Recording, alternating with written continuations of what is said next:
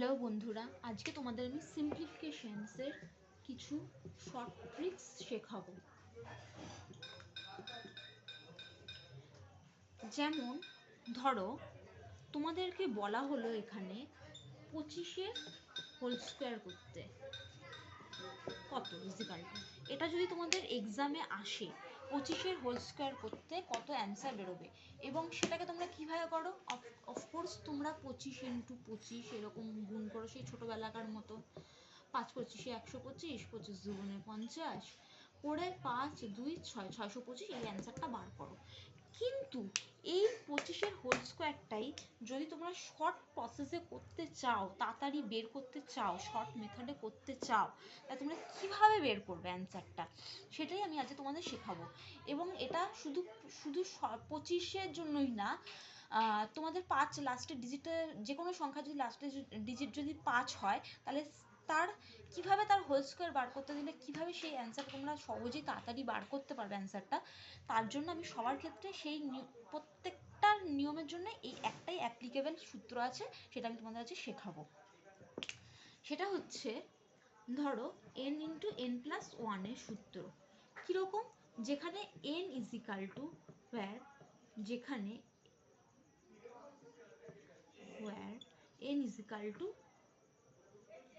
5-এর আগের সংখ্যা। ঠিক আছে, তাহলে কি করবে, তাহলে 5-এর আগের সংখ্যা, তাই তো n = 5-এর আগের সংখ্যা, তার মানে এখানে 5-এর আগের সংখ্যা কত 2। আমি খেয়াল করো, প্রথমে আমি বলে নিচ্ছি যে এখানে যদি 5 যুক্ত সংখ্যার লাস্টের ডিজিটে যদি 5 হয় রাইট হ্যান্ড সাইড থেকে, ঠিক আছে, সেরকম সংখ্যার যদি হোল স্কোয়ার বার করতে দেয়, যেমন 25 35 65 এরকম প্রত্যেকটা সংখ্যার লাস্টের ডিজিট 5, তাহলে এরকম সংখ্যার যদি হোল স্কোয়ার বার করতে দেয়, তাহলে তোমাকে কি করতে, 5-এর আগের সংখ্যাটা দেখতে হবে, সেটা হচ্ছে কত, সেটাই হচ্ছে n এর মান। এখানে 25 লেখা রয়েছে, তাহলে 5 যুক্ত সংখ্যার আগের সংখ্যা হচ্ছে 2, তাহলে এখানে 25-এর n এর মান হচ্ছে n = 2, এখানে n এর মান হচ্ছে 2। এবার তোমরা কিভাবে অঙ্কটা সলভ করবে দেখো,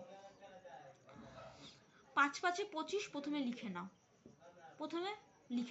এবার n × n+1 যদি হয়, তাহলে n এর মানটা পুট করো এখানে, 2 × 2+1 = 2 × 3 = 6, এই 6টাই এখানে বসিয়ে দাও, 6, এটাই হয়ে গেল অ্যান্সার। দেখো তোমাদের অ্যান্সার মিলেছে কিনা।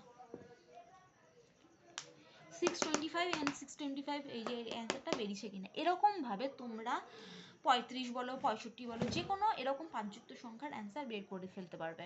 যেমন আরেকটা যদি বলি 65 এর হোল স্কয়ার কিভাবে বার করে, 5 5 25।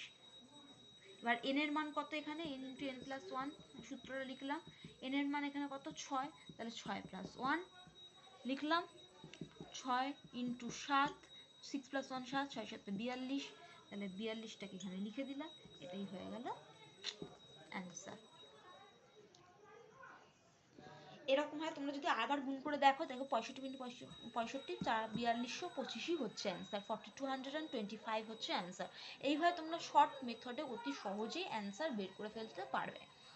তোমাদের যদি ভালো লাগে ভিডিওটা, তাহলে অবশ্যই একটা লাইক এবং শেয়ার করে দিয়ে চ্যানেলটিকে ফলো রাখতে পারো।